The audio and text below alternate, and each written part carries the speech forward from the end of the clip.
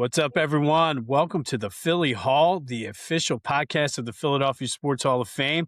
I'm Jim Montgomery, and I'm here with Steve Skalish. How you doing today, brother? Hey, Jimmy, I'm matching your energy with the Philadelphia Blue Jays there. I like this. I like it. The old days when they tried to change their name for about 2 seasons and, I don't know, went over kinda like a lead balloon in the end, but we Yeah, remember it. that was the Carpenter family trying to change the luck, but Yeah. What did they think? They changed the luck because they were, terrible for so long in the 30s and of 40s, and, I guess they thought it was the name. I mean, Phillies doesn't sound course, tough. it's Neither not does the Blue Jays. players. But, yeah, you made me get my, this is what they gave out a couple years ago, the Philadelphia, City Series hat with the I like that. A's. Yeah, because every year they every now and then they have the City Series, and I just went to one of those games this year to see the A's in Philadelphia. It doesn't have the same impact, I think, that it used to, but, for No. guys like me, it's kinda cool. Well, I said that during that series. I'm like, the Phillies should do more to promote the A's. I know Mhm. it's a different organization now, but just like throw the throwback uniforms from the 20s Oh, and y 30s. they had to do that at least once, I think, and yeah, because I was there, it was toward the end of Veterans Stadium. I think it was the first time they had one of these, and I went to one of Mhm. those games. Back then, it actually was a little bit of a deal, but, yeah, I would have loved to have seen them break out. I mean, they'll break out uniforms for anything, just an excuse to sell something. Why not this? Yeah, there's plenty of people that would buy A's stuff here. Like I know a guy that he's like big on when the A's were thinking about moving to Vegas. He was like, "Bring them back to Philly. We can Oh, support two teams." I that might be going too far right now, I think but so. like, as a historian, I love old Philadelphia A's stories. I love to get Philadelphia A's memorabilia. I guess I'm just an old head at heart. I have a Connie Mack/Shibe Stadium seat in my, Ah, office. that's awesome.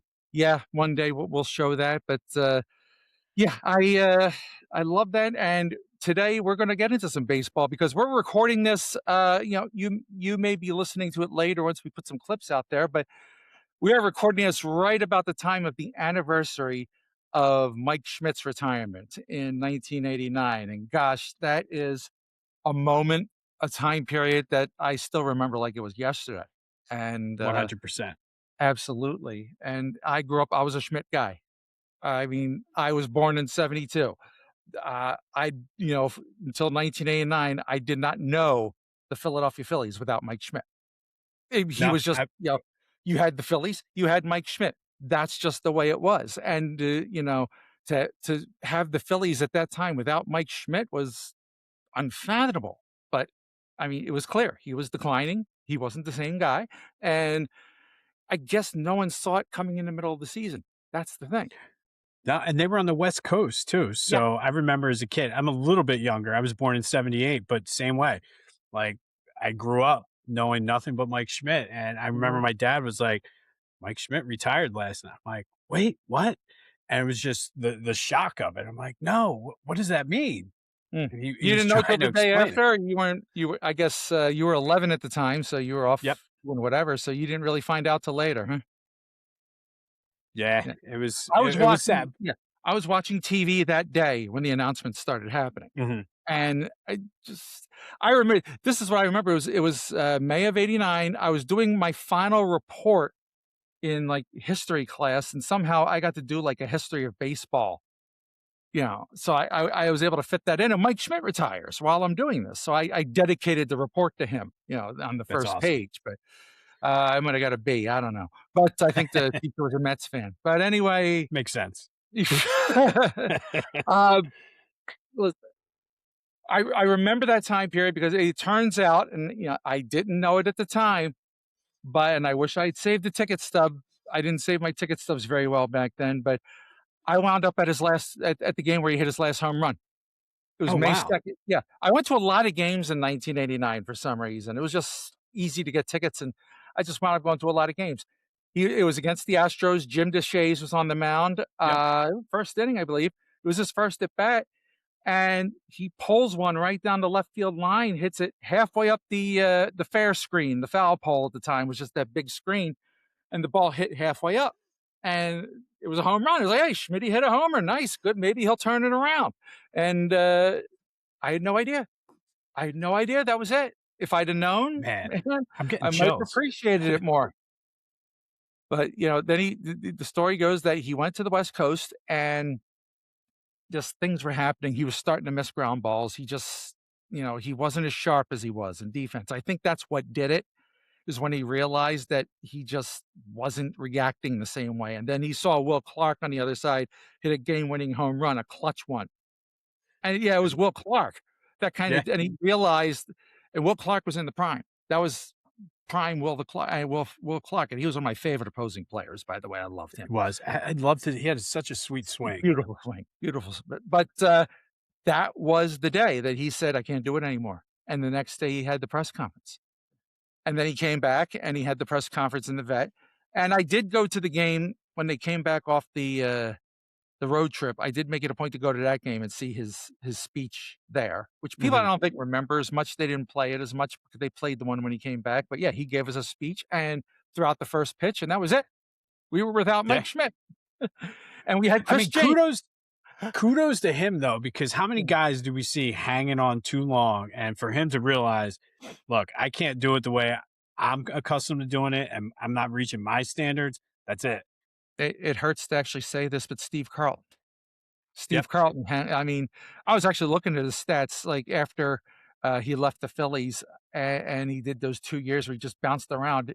Those 2 years, his ERA total was over 6, and he was a losing pitcher. He was a he was 42, but, like, he couldn't even he couldn't even Jamie Moyer it at that time. No, He just, didn't have it, and it's hard, they say that he hung around. I don't know. I've heard stories like, he had a manager that kinda took some of his money, so he felt like he needed to he needed. get a few more That paydays. I sucks. mean, yeah, it does stink, but, and it was terrible to watch because we're the ones that had to do it, had to cut him, and, yeah, it was clear he had declined, and Mhm. I remember Bill Giles breaking down, and it's like, we knew it was time, but, to see that happen. Schmidt declined. 88 was the year he only hit 12 home runs that year. I remember that. Mhm. 87, he still, I mean, 86, he won the MVP. 87, he still had a little juice. 88 was when he started, the shoulder was what did Yep. it. The I shoulder remember took that. him out. He had the rotator cuff problem. He tried to come back in 89 and, yeah, yeah, you could say kudos to him for not trying to stick it out. He probably could have tried to stick it out, but But yeah, but I mean, at least to me though, like I always have, and one of the biggest memories to me about Schmidt is when he hit his 500th home run in mhm, '87, mhm, and playing wiffle ball in the backyard with my brother, and we would just mimic the home run trot and mhm. just the sheer joy he had on that, which a lot of people don't remember. That was a game winning home Yes, it run out was. in Pittsburgh. It was ninth inning, and to put the Phillies in the lead, they were down, and it was a clutch, and, yeah, that whole stretch, he needed 5 going into the year, and, I was at the game where he hit 497, it was Mhm. against the Cubs. That was mild history to that game.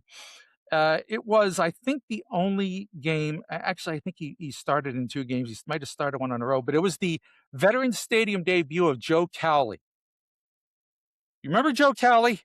I do. They brought him in thinking, "Oh, well, he was a half decent pitcher for the White Sox." They brought him in thinking, "Oh, he might be a decent pitcher." And that first game, he was terrible. I never seen a worse. I think it was 7 earned runs, 1/3 of an inning pitch against the Cubs. And Yeah. he was awful, and he couldn't make it through the first inning. And Schmidt came up in the bottom, hit a solo shot, but they lost that game, I think 10-3. And they started off the year bad, like I think 1-8. Like Schmidt was actually said in the public that it was taking away the fun from going for 500, which, yeah, understandable. Yeah. Right. So, yeah, but he made that run, and I didn't think he was gonna get it that quickly, but he did.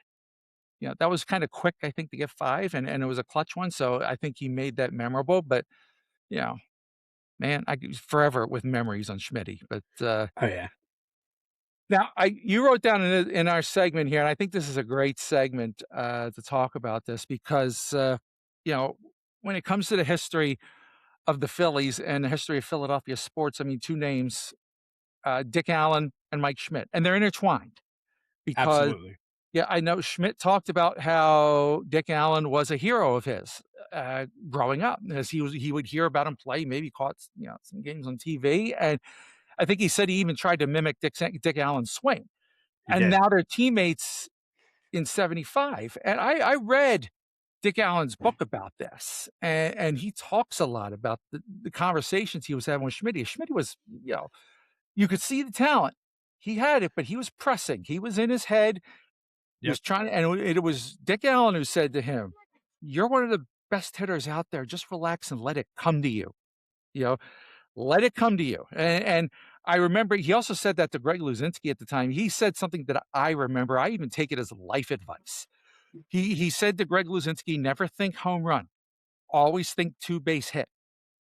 He's just like, hit the ball hard and play. Don't go for the big shot. Just get a Yes. hard hit and make something happen.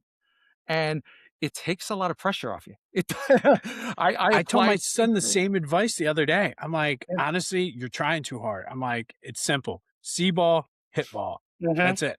Just get your best swing on the bat, get the barrel on the bat, and then, run like heck and make something happen. I'm getting on Yep. second is important to the team. It takes the defense off. It makes the defense think about you, makes the pitcher think about you. It makes the pitcher have to throw better pitches to that next hitter. It's a team thing.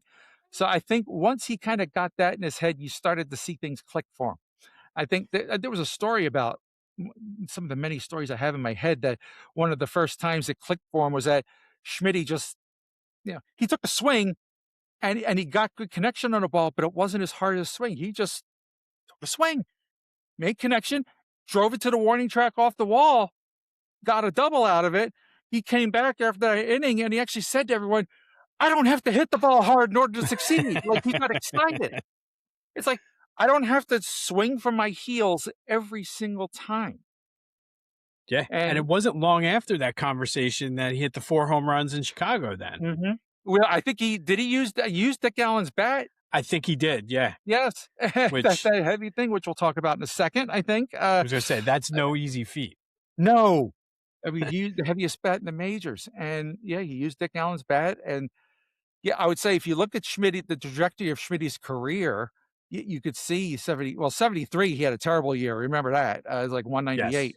But, 74, he started putting together, 75, he started putting together, but it was 76 when I think 76, 77, It's that stretch is when he took off, and then 79 and 80 is when he became, like, elite. I mean, 80, he was yes, the best player in baseball, and I think for 80, 81, for at least 3 good years there, he was the best player in baseball, and everyone knew it, and I I think think so. yeah, I think he continued that for a while and, fell off a little bit 84, 85, and 86 had that MVP comeback, so, like, 5-tooler, legit 5-tooler, uh, I don't think there was anything he couldn't do if he really set his mind to it. He could run the bases, he could steal He one could. every now and then, and debate I get into these debates online all the time, best third baseman of all time. So many people say Brooks Robinson and look, Brooks, amazing. No George Brett, disrespect, but George Brett, amazing. But what people forget, Schmidt could pick it with the glove too. He had 12 Gold Gloves. Now, granted, I think Robinson had over 20. I mean, best defensive third baseman in history. No one's going to question that. But Robinson didn't have the offense. no, Robinson didn't affect the decent offensive players, no question. But he did not throw fear into the other team like Schmidt did. He did not. no. And And combine it with, defense that could at least be in Robinson's wheelhouse, if not as good as Robinson, definitely in his range. Like, 100%. And I've heard Brett say that Schmidt was better than me. yeah, Like, I don't even think he argues it. He was like, "No, he's hands down the best." defensively, maybe. I mean, I think Brett was a better pure hitter. I mean, he hit 390 1 year. He was Yeah, I flirting was with gonna four. say, he almost like, he Yeah. was an average hitter, but I think overall, I would He take was a Schmidt. decent hitter. I think 270 for the career, and there were times when he kinda maybe he was never a heavy average hitter, but he got his average up over the years and he started learning and, 270 for Schmidt was fine, you know? Yes. Struck out like a power hitter does, but, you He was kinda ahead of his time with that, though. yeah. Yeah, he wasn't Reggie Jackson. Reggie Jackson was swinging from the heel still, I think, but, yeah, that's, We could go on. It's too many memories. That barehanded throw. Come on, I Yeah, could still see it. just pick it up off the turf. Uh-huh.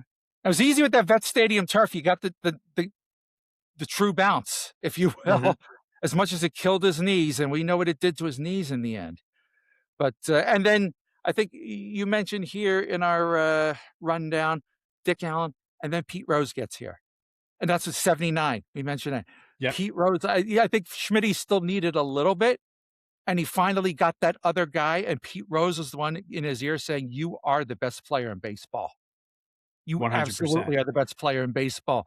Just go be it." And I don't think it is not a coincidence that 79, 80, and 81 was his elite. That was his elite year. Yeah, and because I think it's one thing too, like, to have a guy of that caliber saying, "You're you're the best, like, go Mhm, play like it." But I think it also took some of the pressure off of him too, being that he was the guy and Pete mhm, Rose was I think it was the richest free agent contract at the time, mhm. and he came in with the Pete Rose swag and sort of, I think maybe even took some of this. I don't want to say take the spotlight, but took some of the pressure off of him. Yeah, I think so too, 'cause, they went through that stretch, 76, 77, and 78, where they were killing the division, but they couldn't get over the hump. And, Luzinski was also, he was putting up some gaudy numbers too, but, I don't think Greg Luzinski was never a leader type. No, He showed up, he did his thing, did it well, and, kinda just did his thing. They never really had Boa was God, I love Larry Boa. yes, I He do was too. fiery, but he was a certain type. There was not somebody who was really a takeover guy until Pete got there, and it still took him a year. I mean, 79, they had that stretch with they still struggled, and it wound up with the managerial change and brought Dallas Green in, and they had to change the culture, and it took a long time for that to stick. They fought with Green. I mean, they were not Yeah, used to it, but over that time in 79 and 80, things started taking hold, and I think the story was that they started playing despite Dallas Green, but I was just my dad says that all to me all the uh time. He's like, "They won that World Series to spite Dallas Green, but 100." I I also think knowing the history of the Phillies and how tight they were, after that, when they used to come, I think every single one of them realized what Dallas was trying to do, and I think they all appreciated it after the fact because they knew. And, you know, August, September, when it all came together, they all bought in at the right time. And Yes. that's the important thing. They became that team we were waiting for them to become. And yes, having a guy like Pete Rose who drove that, absolutely drove that. And Schmidt had his greatest year, 48, 121. I heard 48 homers, 121 RBIs. Those numbers are etched in my brain. Yeah. And No, what me if too. the I'm strike like, hadn't happened in 81, God knows. That they could have been never a reason. recovered from that either. They Mm-mm. never recovered. No, no, they had to retool in '83 by luck and get old and had that 1 year, but that was it. And '82, they kinda fumbled, but yeah, they never totally recovered. Well, Pete was also on the decline, He was. and yeah, '83, he was gone, and, They that's just just how never had the young guys to step in then to, because I always say too, like, one of the biggest what if, and everybody talks about the trade in '82 when they traded away Ryan Sandberg. Could you Mhm, imagine an infield with Ryan Sandberg and Mike Schmidt, kind mm, of the passing of the torch? mm, ah, I get a little sad. But it's also okay, well, talk about so they tried the youth, although one of the weird ways they did it was I am a longtime Von Hayes defender. I think he got a bum rap in his town, but he I never got past 5 for 1. He no, never could. I thought he was a good player, and he was young at the time when he came in. They had some homegrown talent. They had Juan Samuel, who my second favorite Philly I do like ever. Juan. Oh god. They started having guys like Jeff Stone. Jeff Stone, had speed. He just never could quite put it together. They had young guys. Sammy was a flash, but I think he had certain skills. He needed certain other things around him. Free swinger. I don't think that helped him at the plate long term, No, but definitely exciting guy to watch. And Von Hayes was a good player. But he I was never going to be a star. He was going to be one of those guys that you put in there and he takes a spot. They never could find that mix. Yeah. No, I always say that about Vaughn. Like, I felt like he was who he was, wasn't probably worth 5 players, and I think Ugh. people can't get over that, and the 5 players ended up turning out to not being that much in the Well, long run anyway. Julio Franco. Well, that's the Mm. one Yeah. that Manny Trio kinda he had a decent career after that. He was never like an all-star, but he was a still a serviceable second baseman for years. And, then I wonder where we would have seen Ryan Sandberg. Would he have been a shortstop with us? Could we have seen Trio and possibly. Sandberg for a while? Think back, but, and they had well, let's see, if I don't know if I can remember every Jay Baller, but he didn't do much. George Vukovich, you know, okay. Yeah. You don't really remember the other 3, but you remember Manny I think Trio the and other guy was Jerry Willard, I think, for Jerry some Willard, reason. yeah, that's right. Yeah. I mean, there were 3 other throw-in guys, but, it was Julio Franco became an That would all-star. have been the one I wanted to would have liked Well, to he would have keep been of the all of them. shortstop because he was a shortstop of the future, I believe, at the time, so Yep. I guess where you maybe you traded Trio somewhere else? I don't know. Maybe for some pitching, They coulda used have that well, have they the got guy John that Manning. have the guy that replaced, Lefty then. They tried that with Bruce Ruffin, worked for about a year. There's a name from the past, Bruce Yeah, oh, Ruffin. the '80s Phillies, we could do a Yeah. podcast on this I was gonna forever, say Bruce Ruffin, Shane Raleigh, Don uh, Carmen. Don Rose's Carmen, that's what, I never remembered why Chris Berman called him that, but my favorite Don Carmen story was the fact that he couldn't hit, and I think he was, like, 0 for his first 42, and he finally got the hit, and everyone made a big deal about it, and in 2003, when they closed the vet, I snuck my way down behind home plate right next to the tunnel where all the players were coming out, which was one of the greatest events of my life, and I saw Don Carmen come out. I yelled at him, "Hey, Don, nice hit." Hey, he turned around, he started laughing his butt off, and he started doing his stance. I was like, we had a moment. That's incredible. Because he knew I got it. He knew I got it. So I was like Yeah, and so let's go into some of the other segments we had planned before you do have the artifact, right? I do. Okay, but now that let's go to this. I think your other segment, the question was who personifies the Phillies? Right, because And I feel like everybody, when you think Phillies, automatically, like, if you're of a certain age, you think Mike Schmidt. Mhm. But is he I think he's the greatest Philly to ever play. Yes. Um, but is he the guy that does he personify the Phillies? What does personify the Phillies? Now, for Uh, people of a certain age, I could tell you that if you grew up of the '08 team, who you're gonna go. Chase. You're probably gonna go Chase Utley, Yep. although, you could go Jimmy Rollins. I was a Ryan Howard guy. That was my guy. But, did he Yeah. personify the Phillies? Well, I what does that mean? How many players from the '93 team they personified Philadelphia. Yeah. 100%. Kruk still does, I think. Oh, yeah. Not even Kruk, Dalton, that whole God, I could go right down the list. They Macho personified what Row. they were. Huh? Oh, Macho Row. Macho Row, yeah. I mean, Dykstra, what he became at, but for '93, man, he was God, it was a Whatever joy to he watch. was. Yes, he was.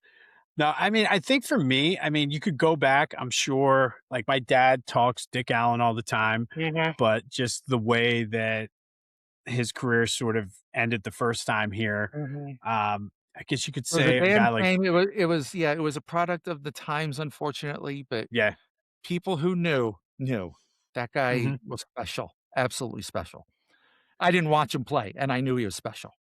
yeah. I No, talk I all I heard about was and like the heavy bat, just the BS that he had to deal Mhm. with the media. Sometimes, and I think that carried over with some of the fan base. Yeah, it Um, influenced the fans, yes. Yes, because they got the story from the media, and it influenced them. So, yeah, and that was a damn shame. So, but I think some of the you can go back, Richie Ashburn, yep, and how long did Richie Ashburn, after a player, I mean, he stayed with us. You might argue that it could be Richie Ashburn just because he was such a part of our fabric through him and Harry for the '70s, the '80s, into the night for so many people coming to age. It was Harry and Whitey bringing you the game, The bringing soundtrack the of game. summer, I always call them. Absolutely. You know, they're really, and Kruk is kind of getting there, I think. You know, who got into our hearts as a player and as a broadcaster, and I think Kruk is definitely Crook is up, getting yeah. into that. I mean, I don't know that he's, you know, I don't know that he's Whitey because he hasn't been here as long, but as far as how we love him, I think he's definitely got that same amount of love now. Yeah. And, I have the sentimental value to Whitey though, just from mhm, growing up with it and just the quirky, just like Crook, like the quirky stories about when I mhm. played. And um, Gladys is celebrating a birthday today, Yeah. 98 years young. Okay, favorite, Whitey-ism. Let's just go. You first. Hard to believe, Harry. Okay. That's a simple one. Or how about like a story of something that he said that was just hilarious? I have a Oh, the few. pizza, the story with Yeah. Celebrezze Pizza, the Celebrezze twins. All right. So we can. Do you want to go through how the story is? Because I could tell it too. I don't want to Yeah, I hog it. mean, they were getting so Harry and Whitey would get in trouble for because the teams were just Yeah, horrible Whitey back would. then. Yeah, Whitey was the Yeah, one who did it. so he would order pizzas from Celebrezze, have them delivered to the press box, and I guess the Phillies, because they weren't an official sponsor, didn't really look too kindly on that. Yeah, So you they can't always do did their birthday shout outs. And one day he's like, I'd like to wish a happy birthday to the Celebrezze twins, that. pepperoni and plain. Beautiful. And sure enough, they delivered. They did. They delivered. Did you ever have Celebrate Pizza? I have. Oh, It's good. fantastic. I had one of my I think I had my 40th birthday there just for the heck of it. Yeah, That's fantastic awesome. pizza, I love them. But, Yeah. I think my favorite was when he talked about bringing his bats to bed. Like, it was the I remember that superstition one. back then that, if you are having a good stretch with a bat, you'd bring it to bed with you and, sleep with the bat next to you in bed and bring it out to the ballpark next day. And he just started telling that story in the air, and there was a pause, and he suddenly says, Harry, I went to bed with a lot of old bats in my day. I swear to God, they couldn't say anything for like 3 pitches because they couldn't stop laughing. He would just hit that just on.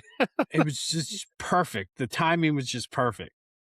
I thi what made that perfect was that Harry and Whitey genuinely loved each other. They were best friends. They were, They were. and you knew that love when I do think that when Whitey was gone, Harry was still Harry, but Harry was never the same. Like, It was a you little knew. bit. Yeah, I would agree with that. just Well, and he knew it. you know the story at Citizens Bank Park that Ashburn Alley is where it is. The Mhm, statue is if like I've taken a tour before, and if you go up into the TV booth, mhm, it is directly in the sight line of where Harry Callis would sit because he was like, I want to make sure I'm able to watch the game with my friend. mhm. That made sense. 'Cause I've been up there many times. I have friends up there, that I get up there, and yeah, it's, nothing like being in a booth. I mean, it never gets Oh, old, it's but never gets old. never. But, yeah, I could totally see that. That totally makes sense. And, back in the day, I used to go up there and see Harry. Like, "Oh, hey, it's Harry Callis." And, like, I remember one Yeah. time I've always been good friends with the Spanish announcers, Bill Kulick, and, for a while, Ricky Ricardo, and then, some of those guys who went through Oscar Budehen most recently. And, I'd be up there talking to those guys. I would be in the back stairwell, and Harry comes in the back stairwell, to smoke. He used to Yep. smoke in the back stairwell. I'm like, "Who's gonna tell him no?" But I'm like, "Harry's back there." He's like, lighting up. "Hey, Harry." Hello. Please. How you doing? Oh, gosh. So, all right, I'm ready for the Before we relic. move up, Oh, I was yes, gonna go say ahead. before we move on, let's get you guys involved too. What do you think personifies the Phillies? Leave a comment wherever you're watching this. Absolutely. Let us know. Is there anybody that we missed that Mhm. personifies the Phillies more than some of the guys we discussed? Yeah, we gotta get into the rhythm of putting we're gonna start getting into the rhythm of establishing these on social media and start getting some of that Yes, conversation going. I would love to see what people are gonna have to say to that. So let's get that going this week, Jim. I'm on it. I'm on it. All right. So, yeah, okay, show it to me. All We were right. talking about the bat, but So did you know we had speaking, the bat? This is Dick Allen's final bat he used with the Phillies in 1976. It even has, and I'll put better pictures up, but Mhm. I don't know if you can see that. It has the 1976 Nice to meet bicentennial you. logo Mhm, stamped, or I guess mhm, branded right on there. And mhm. when I Show us the say signature. You see? Yeah, get a good look right there. there's the signature, Uh-huh. I think it has a number on the end, doesn't it? On the barrel? 15. Mhm, it's number 15. And when I say it's heavy, it is heavy. Now we got the can you tell us where we got that from? There is a backstory? I believe Dick Allen or the Phillies, one of them donated it to the Hall of Fame. He was Mhm, like, "You guys should have this." I think it was the Phillies. Somehow they ended up with it, and they were mhm. like, "You guys should have it." And I think it's one of the coolest pieces that we have at the Hall of Fame, to be Now, you when 100% the honest. first time you brought it out to an event, I think it was the, induction ceremony last year that I saw it, and I just went, "You've got Dick Allen's bat." I Yeah, just had to pick it up, had to feel what that was like because 'cause I'd heard it, and it's like, I love a it heavy bat, actually. When I swing, I like to have the top heavy bat, so it actually felt a little natural to me, although I don't know that I could have swung it on a regular basis. no. But I wanna look up I did this before, between us, but I like looking up that game, because I'm gonna go through the 1976 Phillies season, in baseball reference and figure out what he did in that last game. But to me, like my dad would always talk, and they called it the Dick Allen Special. They used to get, because I guess growing up, when my dad was born in the 50s, they didn't have the aluminum bats. So they all Uh, used wooden bats, and everybody wanted to use a Dick Allen bat. uh-huh, And he said it was heavy. The coaches hated it, but we all uh-huh. thought we were the coolest things ever because we had the Dick Allen bat. And he never did tell me whether he had success with it or not, but the Mm, fact that he was able to use it. And speaking of that too, my dad to this day is still heartbroken over the '64 Phillies. yeah, I think anyone who lived through that, just say the name Chico Ruiz and you'll get a reaction. Yep. I read all I yeah, I know everything about that because I just read it incessantly. It was And he, incredible. and they all said once it snowballed, there was nothing they could do. Mhm. Ah, unbelievable. But, so Dick now if this was you say this is from the last regular season game. We don't know if he Yeah, it used was regular season. yeah. That was October 3rd, 1976. It was in Veterans Stadium. It was a Sunday game, day game against the New York Mets. The Phillies won 2-1 to win their 101st game of that season. And it was a 2-1 win. Steve Carlton got the win. 9 innings pitched, 3 hits, 1 earned run, 12 strikeouts, a lefty start, and beat Craig Swan. Nino Espinosa pitched 2 innings for the Mets. Uh, but let's see. There weren't any major big hits in that game. Dick Allen was 0 for 1, 2 walks. I don't know if he got the bat on the ball, but he did score a run. And Dave Cash went 2 for 3 with an RBI. Mike Schmidt, 2 walks. Yeah, I mean, there wasn't a whole lot of offense in that one. Larry Boa got a hit and scored a run. But yeah, that They were was the gearing last up game. for, yeah, that was the Red Series, so they were gearing up for the Big Red Machine that year, or that Yes. game probably. Yeah. And we all know that didn't go very well. Although looking at the scores, it was 6-3, 6-2, 7-6. I mean, they put up some offense at least. But I think Yeah, that well, the big deal was Dick Allen did play in the first game, which was in Veterans Stadium, and he went, I'm just going through that, 1 for 3. Uh oh, no, that was yeah, okay. So that was October 9th against the Reds. I don't know that he did he play in the next one? Yeah, he went 1 for 3. So he hit 3 scored a run in the second game. So he was 3 for 333 so far. And then in the last game, yep, 0 for 3. So he batted 222, but he, got a little bit of offense in there. bad. I mean, he was nearing the end at that point, though. Yeah. Yeah. And then Then he went to Oakland and became Wampum on the back. Now, to end this one off, let's see. What did you choose as the rapid fire question? Which event in Philly sports history would you like to attend live or like to have attend live? I'm sure you're talking about a past one. Yeah, it's something that you never got to. So I think for me, the obvious ones would be either the Eagles' 2 Super Bowls Mhm, or the Phillies World Series, but I think the celebrations after them were so much fun being here in Philly, um, mhm. that I wouldn't choose them. And we're coming up on the anniversary of this one too. Coincidentally, I didn't do that on purpose, but probably game 1 of the '01 NBA Finals when the Sixers beat the Lakers out in LA. I think that Mhm, would have been just because sitting here, it was an intense game and we were mhm. like on the edge of our seats, but to be there in a hostile environment would have been fun. The step over. And Yes. I was living in Boston at the time, wearing my Sixers stuff and living and dying. And, went into that Lakers series thinking we just went through such a tough 7-game series against Toronto. I'm thinking, "We're not gonna have anything left." I'm just thinking, "Well, okay, Lakers are just gonna stomp us," and then they came out and did that. And I Yeah. started having some hope. Now, granted, they lost game 2, right? Coming out of LA with a split. Do you I was remember happy. how do you remember how excruciating game 3 was? That was a tight game, and then Shaq fouls out in the Yep. 4th quarter, and I'm going, "Oh my god, we've got Shaq out of the game. This is our chance." What Yep. happened? Kobe. Kobe happened. Kobe did what he said he was gonna do. He cut our hearts out. He did. And I still like, because I think a lot of people forget that game 3 was so tight It was that the very tight. I Sixers mean, were in that. that turned the series. If the Sixers could have pulled that off, but I they were disheartened. I think they were tired because everyone came into that series hurt. Like, Oh, everyone yeah. was They playing on were. fumes. Everyone except Matt Geiger was playing through 'em. So, I'm not bitter.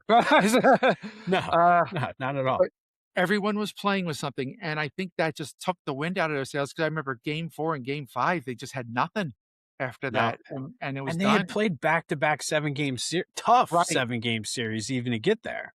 They fought through so much to get there, and they were going through so much, and that was it. You had Shaq on the bench, and this Kobe did Kobe, and yeah, how mad were we at him? Sure, but looking back now, what do you We expect? Yeah. That's I mean, legend doing legend that stuff. was like when it was he was bo that was born, I think, the Mhm, Mamba mentality, mhm. Like he said, he was coming here to cut our hearts out. We took that personally because he was supposed to be one of us, but come on, that's his job. and then he did it.